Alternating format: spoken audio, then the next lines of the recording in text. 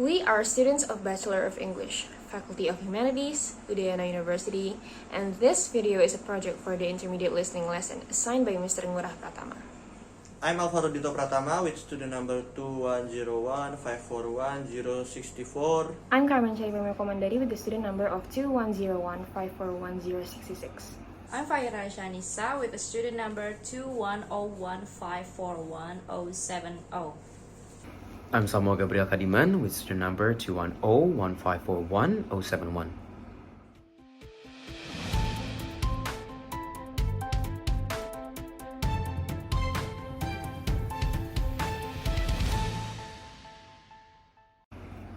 Good day, ladies and gentlemen, and welcome to Mama News, where we bring you actual and recent issues from all over the world.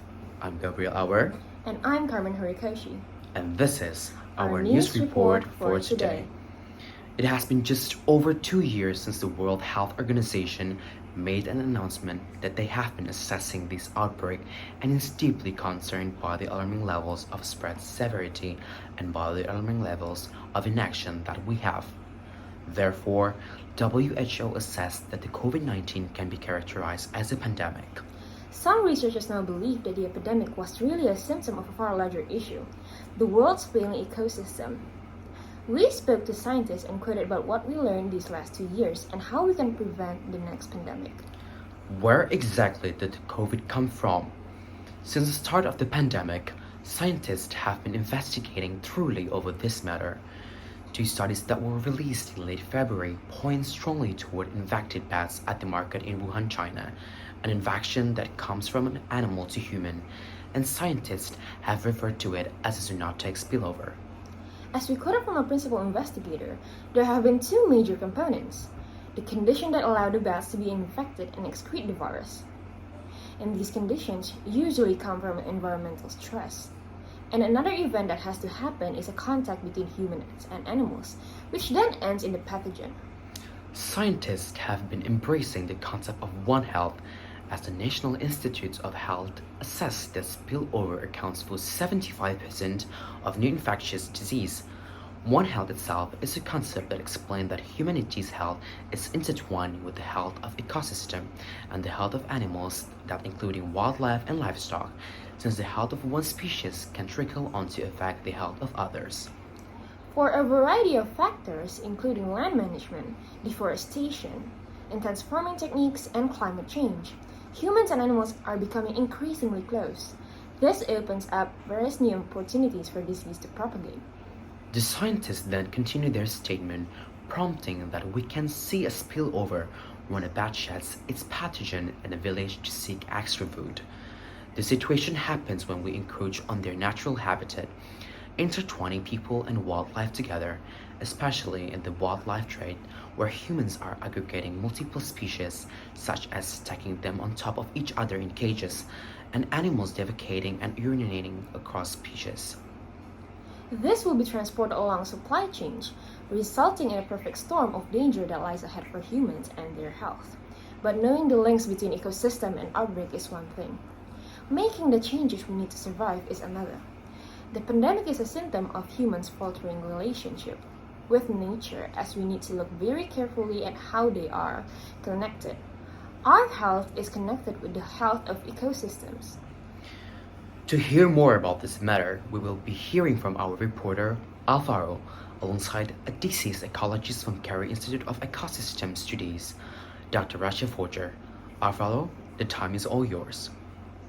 Thank you so much for the introduction, Carmen and Gabriel from the main studio. Now I'm sitting here with Dr. Rasya. Welcome, doctor. How are you doing, lately? Good, I'm very good. Thank you for asking. So I want to know about what you're doing using artificial intelligence and mapping, about studying about zoonotic disease outbreak this day. So the goal of our mapping is to get ahead what we thought was happening. The general idea of when an animal infected a human, the chances of the virus getting back to the animal is quite high. So what we do is that we try to find and predict which species that we should surveil and to prevent new variants from rising.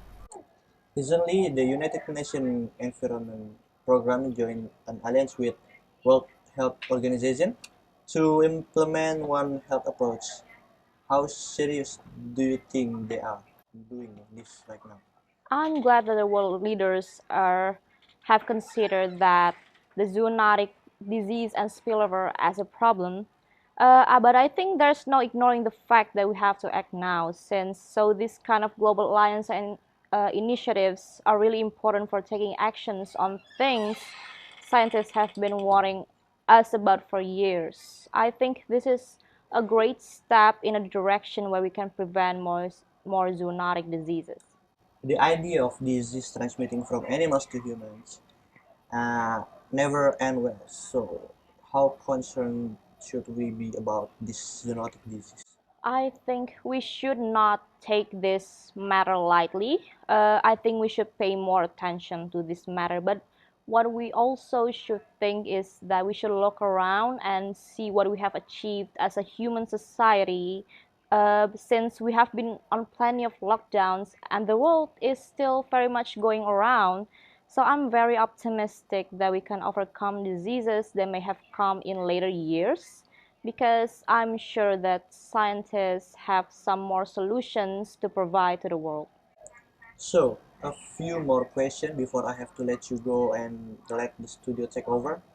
This is related to the efforts that we have to go through to get people to recycle. There has been a gap on what individuals can do on their own and what the government can do collectively. Because it has been told that is the only way to make a major change. What do you think about that? I think it should go hand in hand. As an individual, we want to take good care of ourselves by wanting just the best for us and our family. So, which includes getting organic products, annual fresh water, etc. These little things and small changes are easy to implement as individuals.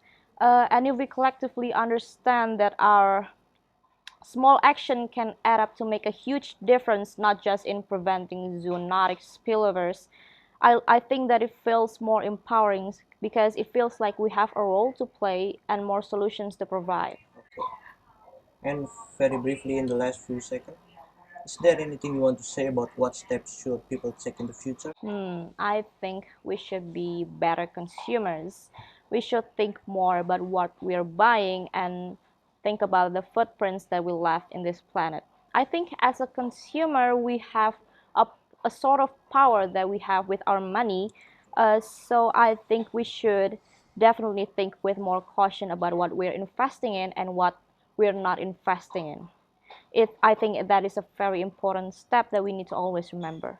Okay. Dr. Rasya, thank you so much for your time and making us understand what step we should take and what we should do to prevent zoonotic disease. Yeah, you're welcome. Thanks for having me here. Okay, thank you so much for your time, and I'm Alvaro, and we will go back to the main studio with Carmen and Gabriel. See you next time. Thank you for all the information, Alvaro and Dr. Rasya Forger. This has been Mamen News, where we bring you actual and recent issues from all over the world. I'm Carmen Horikoshi. I'm Gabriel Hour. Until next time.